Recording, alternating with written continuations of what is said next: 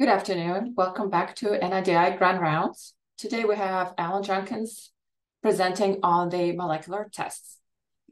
Dr. Junkins. Okay, thank you much. I'm trying to figure out.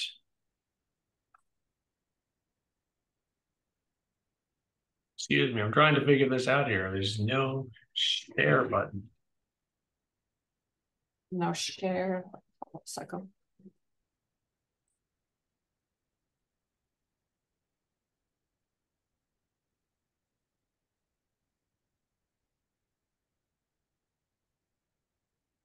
Can you see it now? Yes, there it is. Okay. So I go there, and all right. Have you got it? Yes. Okay, yeah, today I just thought we'd talk a little bit about some of these tests that have been coming along lately. 2023 was a big year for us for some of these tests. And kind of what they mean, what they're good for, and what they're not so good for. So let me start with just a real brief kind of intro again to PCR. This is what PCR does. I mean, this is routine now in micro labs. There's a segment that you want to amplify. This is a piece of DNA that is unique to a certain organism that you're looking for. No other organism has that piece. And you designate that specificity with these primers that bind to the 5' side. Sorry, actually bind to the 3' side of both of these. And then that's very specific binding. And then it'll amplify in between those two primers. So what you get is this thing over here is called the amplicon. It has the primer sequences and that sequence that you're interested in. And when you see that, that shows you had amplification and that gene was detected. That's a very quick and brief. And I also put up here, make notes that there's lots of variations on PCR now, lots of different variations on it. And what we do is when we get to the end of that, this is the old-timey way. What we would do is run a gel and look for that amplicon band to show up on this gel. To tell you the truth, as long as we were running gels, this was never going to become routine in a clinical microlab. Takes too much time, too much effort to do that. So eventually we got to where we could add fluorescent labels to these amplicons. And when that happened, then it became much, much easier to measure. Just look at the fluorescence as it's happening. And so now all the PCRs that we do, and they become commonplace in clinical microlabs, use this fluorescent technology. But this summer, I got to go to Houston. Never been to Houston before. Don't know if I need to go back. It was a great meeting, the ASM meeting in Houston. Other than the fact that it was 110 degrees, it was a great meeting. But the top three topics were all DNA sequencing, DNA sequencing, DNA sequencing. And so all they wanted to talk about was introducing sequencing and sequence technology into laboratories, which makes you feel like you're really archaic when you're not doing that kind of thing. So let me mention very briefly here about how sequencing is done. This is a diagram of the old-fashioned way of doing sequencing, where you mix in these fluorescently labeled nucleotides as you're going through DNA replication. You use DNA polymerase and build off a strand of DNA with these fluorescently labeled nucleotides. That gets run on a gel, which then will have all these little colored bands under fluorescent scope. They'll have these little colored bands that show you the sequence of the gene that you're trying to sequence. Now, this is not a gel like I just showed you a picture of. This is in capillary, little tiny strands, hair-sized strands of gels.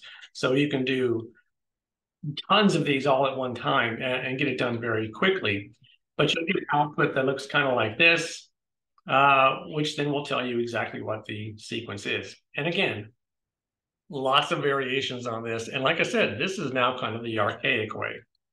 But sequencing is becoming more and more common to do. And I use this as an example. If you look at, remember back, those of you who are young enough, I guess, can remember back in the 1990s when we were working on the Human Genome Project. Those of you who are old enough, I should say. See, I can't even get that right. I'm getting so old.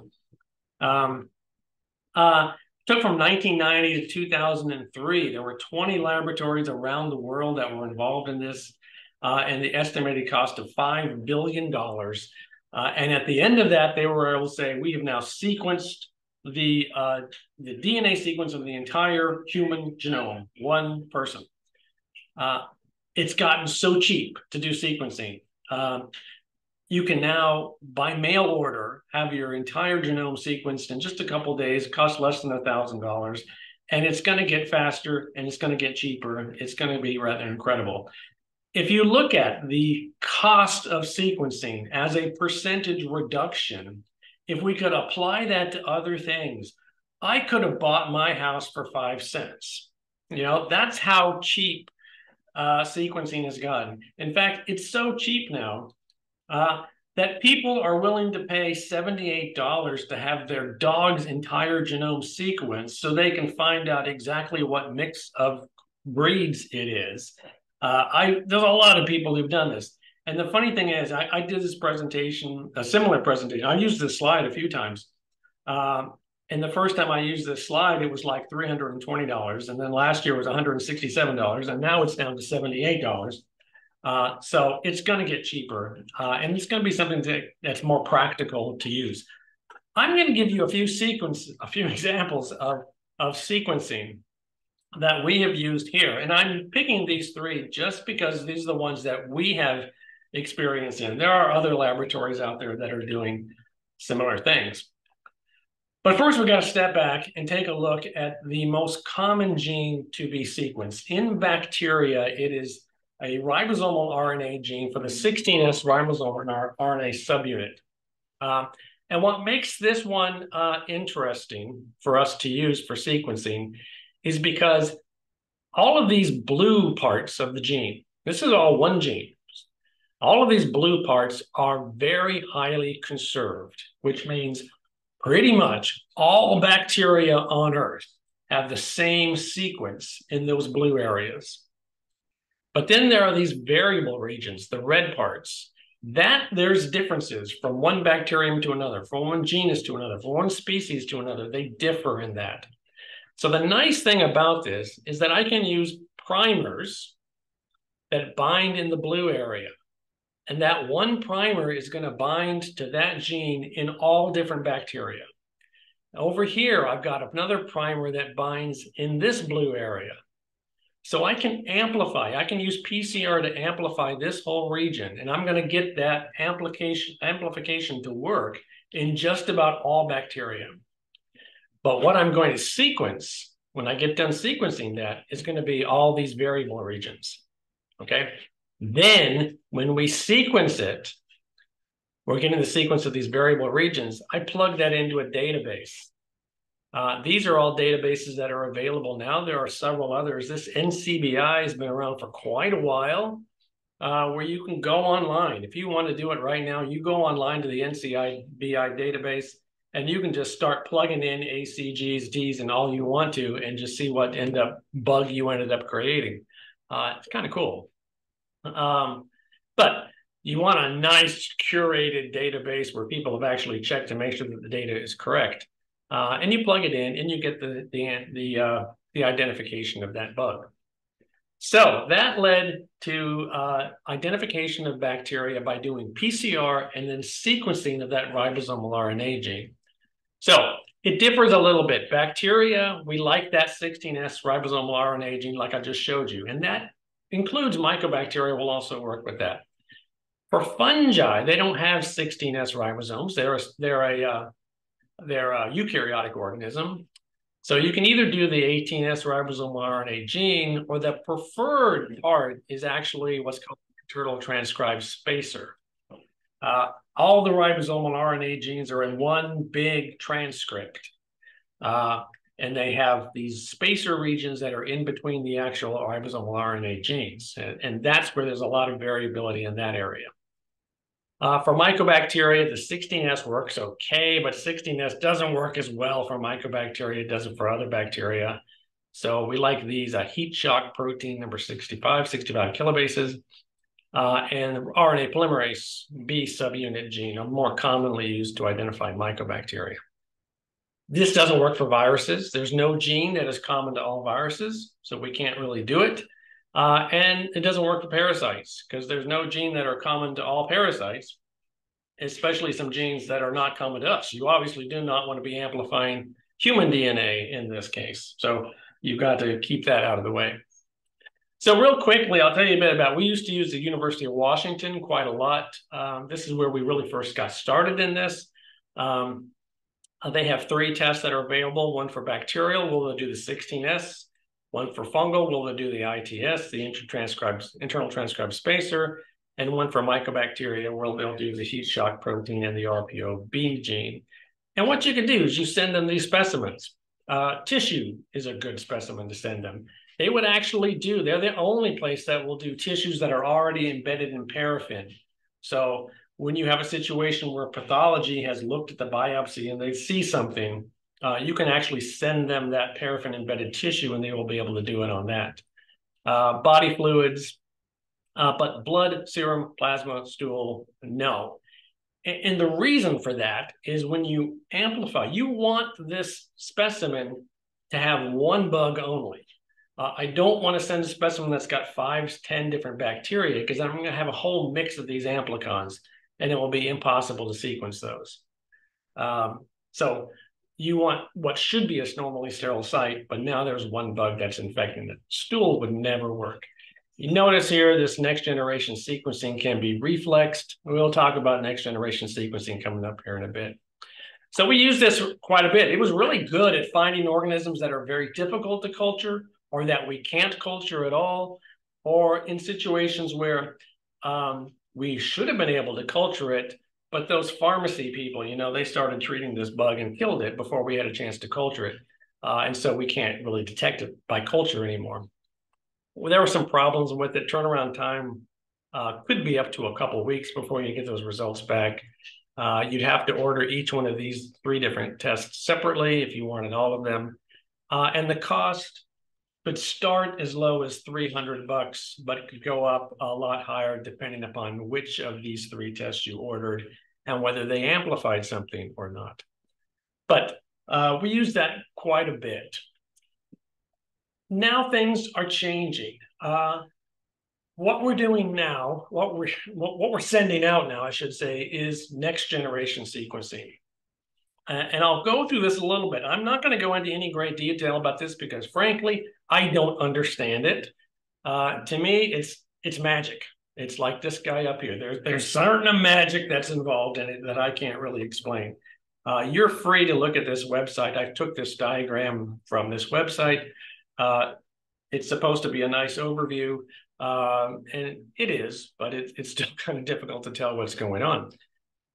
You send a specimen, you extract the DNA, and then you do a library prep. And this could be done over here by PCR. This is exactly what we were talking about with the 16S ribosomal RNA amplification. You make these amplicons from a PCR reaction, or you can fragment the DNA chemically. Add these adapters, and then you go to a sequencing step. That diagram that I showed you was the old-fashioned way. Next generation sequencing is quite different. There are lots of different ways of doing it. I can't explain it to you very well, but you see all these little strands that are coming along here? During sequencing, it'll give a little fluorescent blip every time it adds a nucleotide. And so you'll measure all these little fluorescent labels as they're being added. It lets you sequence millions of fragments in a very short amount of time. It's really quite crazy. And that's the reason why sequencing has become so less expensive than it used to be. You generate a massive amount of data, which has got to go into some really high-powered computers to kind of sort everything out, put it all together, and figure out exactly what it is you have. That's my down and dirty, simple explanation of next generation sequencing. You can certainly find people who are much more knowledgeable about that than I am. So another test that we have sent out quite a bit of, and still send out quite a bit of, is to a company called Microgen DX. This is their pattern. They do DNA extraction, then they do the amplification. They will do PCR. They do a combination of two. They do both the 16S ribosomal RNA gene amplification to look for bacteria, and they do the internal transcribed spacer to look for fungi. That's routine. They'll do them on both. Once they get that, they separate out those amplicons. So you'll have an amplicon for different bacteria. And then they sequence them. This is kind of the magic part here, because you're saying I've got a tube here full of millions of amplicons from perhaps 5, 10 different organisms. I'm separating those out, sequencing all of them. And then I compare it with my database to look at what species we really have, and you can do relative quantification. Since they're doing these two, they are detecting bacteria and fungi. This test will not detect viruses. It will not detect any parasites. It's only going to look for bacteria and fungi. Now, they are not picky when it comes to specimens. You can send a whole bunch of different types of specimens to these. The great thing about this is we don't care if it's mixed. You can send a sputum that may have several different bugs in it. You can send a respiratory swab that may have several different bugs in it. It doesn't have to be a normally sterile site, because the next generation sequencing is going to be able to separate those organisms out. So what's great about it? Same thing as with University of Washington. Bugs that are difficult to culture, unculturable, pre-treated, we can detect all of those. What's nice is that it's a single organ, it's a single order that is going to do bacteria, mycobacteria, and fungi. I don't need to order them separately. It's still relatively pricey, but the nice thing about this is that it's a single cost. It's probably about $350, and it doesn't matter. You don't need to order the 3 different tests. It doesn't matter whether they detect something or not. It's going to be the same cost. It's a standard cost. Turnaround time from the time we send it to the time we get the next generation sequencing results has been about 3 to 8 days on average, median of 6. So let me give you a few examples of what we've seen with these. This is one from just last week, a vertebral infection that grew nothing. Culture was negative on this bug. But what they were able to detect was Cutibacterium acnes, which they considered to be true, not a contamination or anything, but actually to be true. It tells you that it's a fairly low bacterial load. And this is basically telling that of all the DNA that they amplified, 99% of it belonged to Cutibacterium acnes. So not really indication that there's anything else there. Didn't detect any fungi at all. This is another one. We have had a lot of these lately. I mean, we are in the middle of group A strep hell at the moment around here. This is one of several kids in our hospital that have had pneumonia or respiratory disease caused by group A strep lately. They detected group A strep. You see a very high bacterial load, and all the DNA that they detected, all the amplification identified as Streptococcus pyogenes. This bug did not grow. The patient had been pre-treated, so we did not get it on culture. Now, I do want to give you one caveat about this. In your laboratory, if they're using this, this is one thing that you can also get. This is from a little earlier. Problem number 1 with this one is they're calling it an unspecified swab. I don't know why that's in there. This was actually a joint infection. Here's an example of where they detected several different organisms. So 5 different organisms. You can look at the relative percentages of them. So 38% of the DNA that was amplified belonged to Strep mitis. These are difficult to interpret, because I would look at that as a microbiology person. I would look at that and say, this is normal oral flora, normal respiratory flora. I don't know what it's doing in a joint, but this is all looks like normal respiratory flora. Only one of these bugs here in a joint. I would worry about Cutibacterium acnes in a joint. but I really wouldn't worry about the other ones. Extremely rare, if ever, cause of joint infections. So it's difficult to interpret what this is. Is this all contamination, or is one or more of these bugs clinically significant?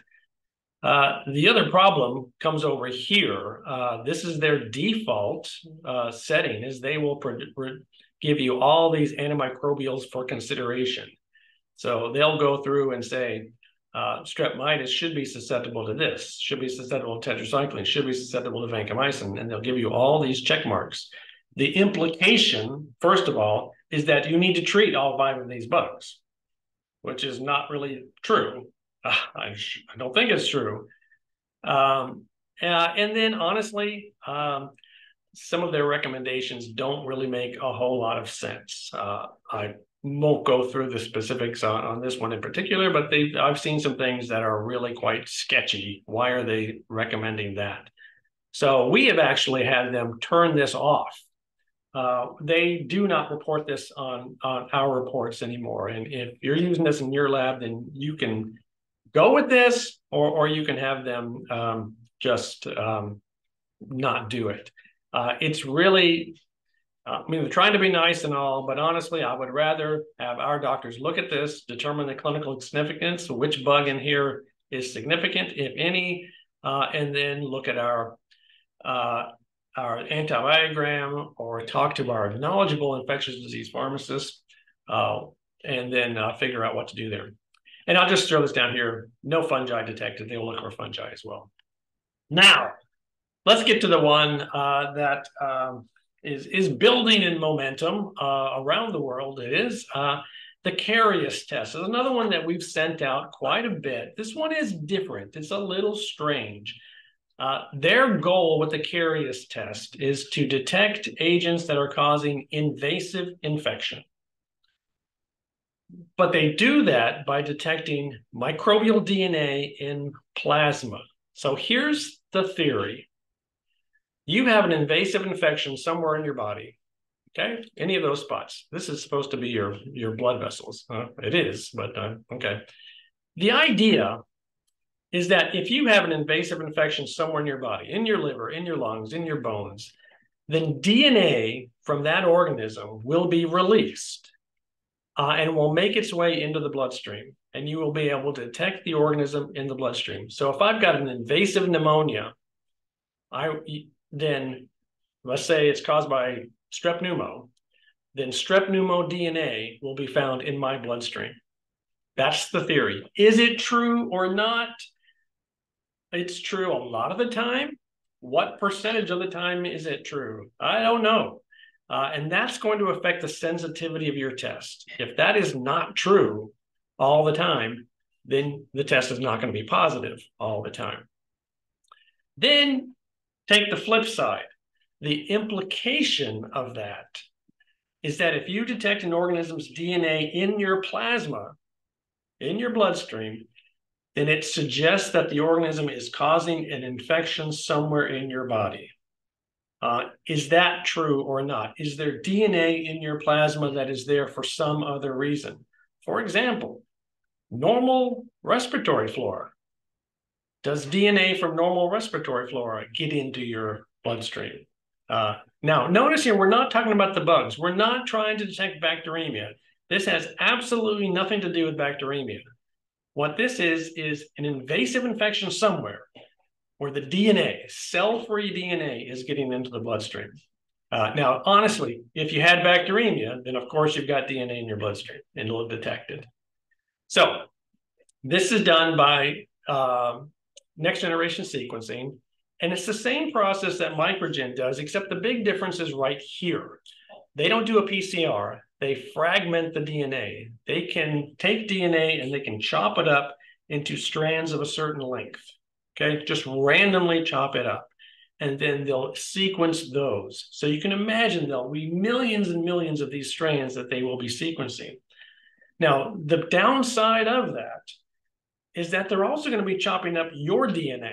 Now, this is in plasma, so hopefully we minimize the amount of human DNA, but there's going to be that human DNA in there to some extent. And so when they get to the analysis part, they have to say, oh, this bit is human, I'm ignoring it. This bit is human, I'm ignoring it. This bit belongs to a bacterium. Okay, then we're going to report that. Now, what can they detect and identify?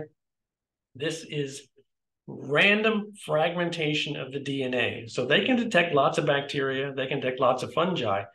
They can also detect DNA viruses. They can also detect parasites and one archaea bacteria that they separate out for some reason. It does not detect RNA. So if you have invasive Hep C, HIV, SARS-CoV-2, any of those RNA viruses, it will not detect them, but it will detect EBV, HSV, CMV, those viruses. So here's what you do with this one. Only send plasma, 5 mils of blood in a plasma preparation tube. Turnaround time is really good. After they receive it, it's usually 24 hours. This all goes to California. Nobody does that in this lab. It all goes to California. The cost is terrible, $2,000 a piece, by far the most expensive test we send out from microbiology.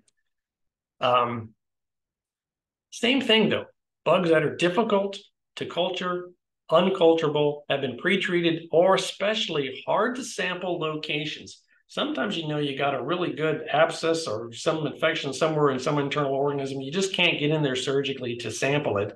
So we never know.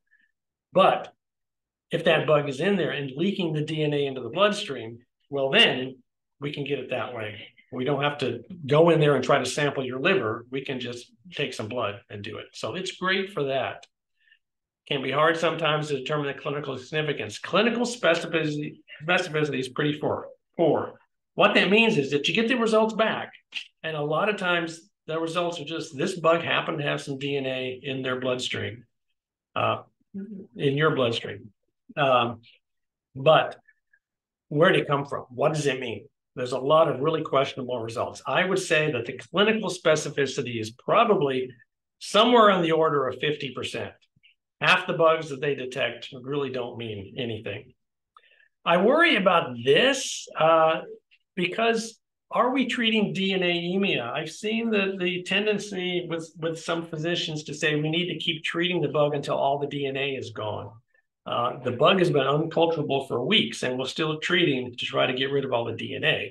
Well, whatever antibiotic, meropenem, doesn't affect bacterial DNA. It's not going to get rid of the DNA.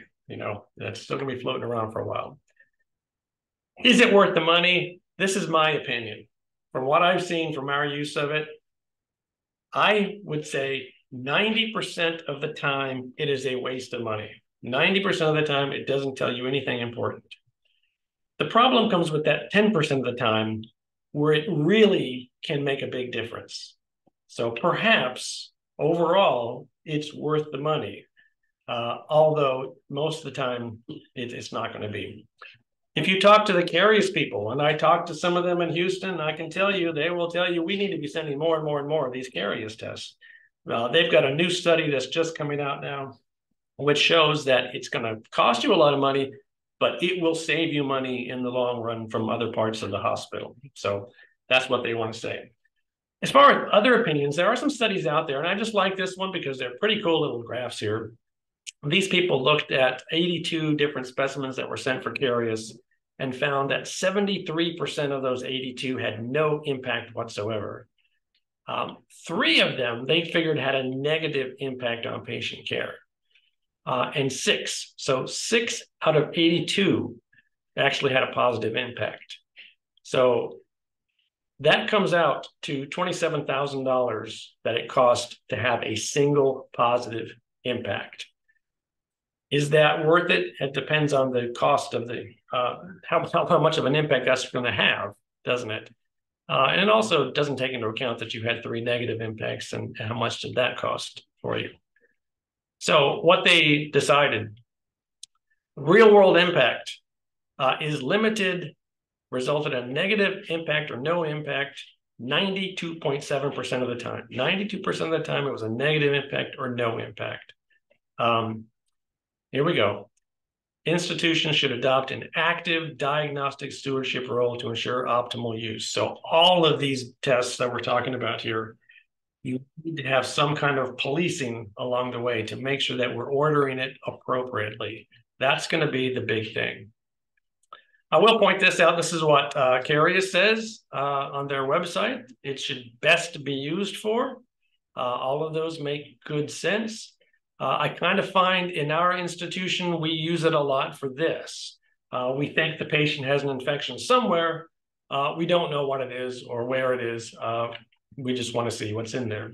So, like I said, some of those are going to be worthless. Most of those will be worthless, but every now and then we'll get something cool. Here's some cool ones that we've gotten recently. This is a Bartonella, a cat scratch. This was an endocarditis caused by Bartonella. Definitely very positive there. It picked it up. Now, you could argue that, you could have done a Bartonella PCR, but this was a bug that they didn't think about until after this came back. This was a cool one, too. What's used to be called Legionella McDadii, and now Tatlochia Legionella McDadii. They detected that. This patient actually had a Legionella PCR that was sent the same day. So it took longer to report than the Carius did. So the day after this Carius came back, we had a positive Legionella PCR as well. But that was one that was kind of unexpected. And here's one, again, pretty recently. This was a young kid, another group A strep. This was a kid who had an osteomyelitis that they were just expecting was going to be Staph aureus. And he was being treated as if it were Staph aureus. But this came back strep pyogeny. So you can actually look at this and say there was a positive impact there. The positive impact was that they could de-escalate treatment from Staph aureus treatment to strep pyogenes treatment. Was that worth $2,000? I don't know. Probably so. It's osteo. Here's one from last week that's a little trickier. And I want to show you that you can get lots of different things here. This was a patient that we knew was heavily colonized in the upper respiratory tract with Corynebacterium striatum. All their respiratory cultures grew lots and lots of Corynebacterium striatum. So that really didn't tell us anything we didn't already know. You got a couple of viruses here, herpes and cytomegalovirus. What does that mean? Is it symptomatic? Is it just simply reactivation because they're sick otherwise? You got a yeast, Candida glabrata, which could be upper respiratory colonization. You got a Klebpneumo, that could be upper respiratory colonization. If this person is having this respiratory disease, you could have access of upper respiratory organisms that are getting into the bloodstream from there. Blood cultures were negative, though. So it can be very difficult to understand what all this means. Truth is, this one had no impact. There was no change in patient management because of this. Okay, let me finish up here by just saying a couple things. Next generation sequencing and all these tests, you're going to see more and more and more of these tests around. I really have no doubt that there's going to be a company one of these days that packages this and gets it FDA cleared so that us normal run-of-the-mill microbiology laboratories can actually do it in-house for maybe a cost of $100 or so. And when that happens, it's really going to take off, and we'll certainly be doing it here. It's going to happen. It's going to happen. What's great about it? Hypothesis-free or near hypothesis-free testing. What that means is you don't need to really think about what bug it is. You can just do a test and find out whether it's bacteria or fungus, or you can do a Carius and find out if it's bacteria, virus, fungus, or parasite. I don't have to specifically say, well, I think this patient has Bartonella, and do a PCR for Bartonella. That's good. It's also a little bit bad because physicians don't have to think about it ahead of time. They don't have to apply their knowledge, their epidemiological expertise, and figure out what something is ahead of time. It will be able to detect antimicrobial resistance genes eventually and be able to tell what bug it is. But that's a deeper sequencing that's got to happen for that to take place. It can be quantitative. You might be able to do some strain typing, some phenotypic characteristics at the same time. It detects dead bugs as well as live ones. That's great because if the patient has been pre-treated, or if the patient's been treated for a while and now we're getting to be able to get the specimen later, we will still be able to detect the bug even though we can't culture it. What's not so great? It's not for routine use. These are all pretty pricey. There all has to be some diagnostic stewardship so that we use them appropriately at this point. At some point, it's going to be more routine. No commercial methods available for in-house testing. All of this has to go to reference laboratory. The difficulty interpretation we already talked about. And even though this was great, it detects dead bugs as well as live ones. In fact, in the case of caries, it detects DNA instead of live bugs. So we have some difficulty in interpretation with that. So who's doing this? There was a survey done last fall from the American Society of Microbiology, which showed that only 18% of clinical microbiology laboratories are actually offering next-generation sequencing for infectious diseases in-house. 63% of the respondents were in academic medical centers. That's where you would expect this kind of thing to start. But even in academic medical centers, do the math, that means less than a third of academic medical center laboratories are actually able to offer this at this point. But of all the laboratories that didn't offer it, that includes us, 80% do send out to reference laboratories, and that includes us.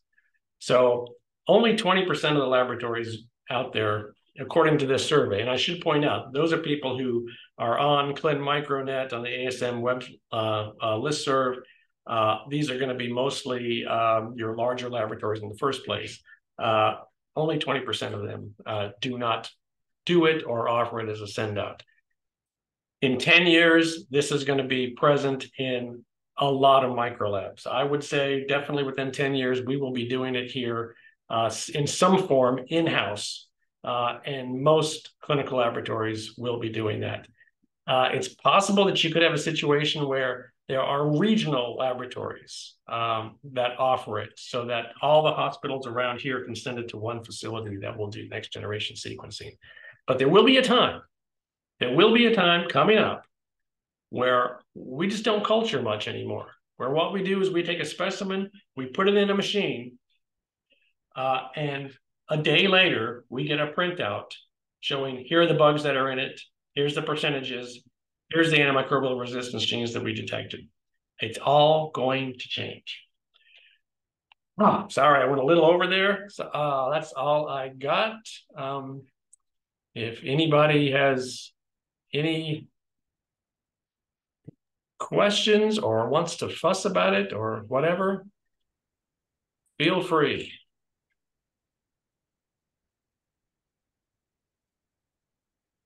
Hey, Alan, it's Ashley. Yo. I do have a question. If you were going to, especially with the caries test, if you were going to do some diagnostic stewardship, what would you ideally put in place? You know, we've started on this. You know, we've had a request in to have it built in Epic for the last 8 months or so, and haven't been able to get it done yet because of all the issues.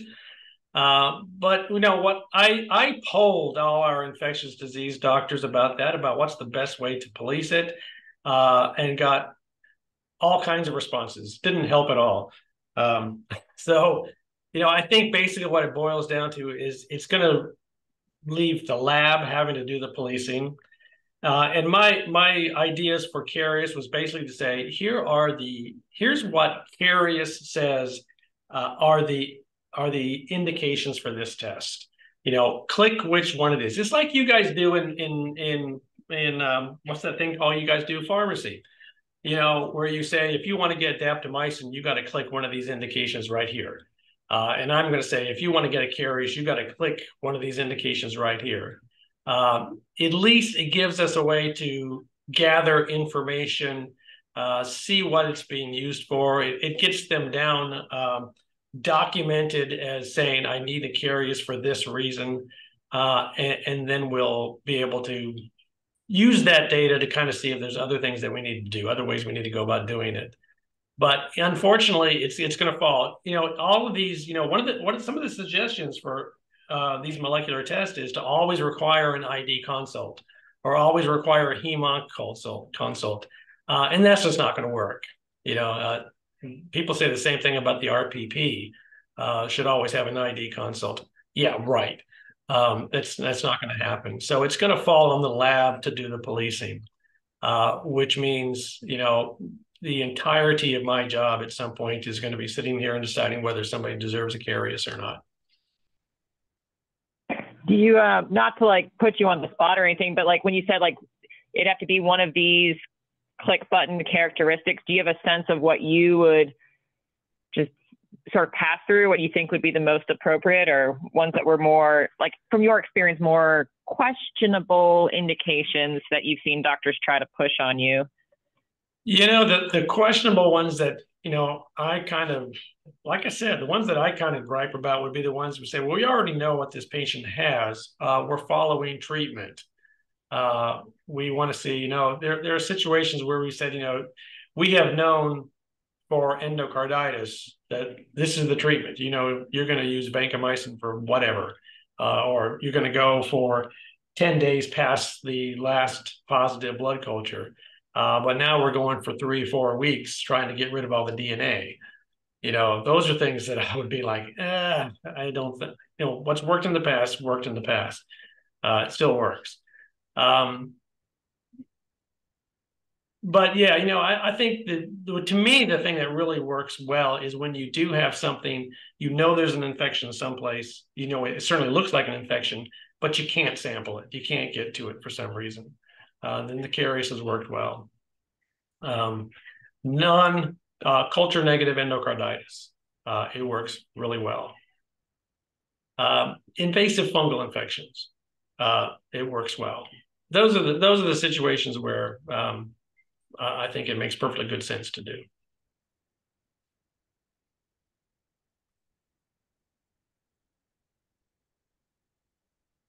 Okay, great. Thank you so much for this wonderful presentation. And we will resume our grand rounds on January the 10th, and we're going to talk about vaccine awareness. And I wish everyone happy holidays.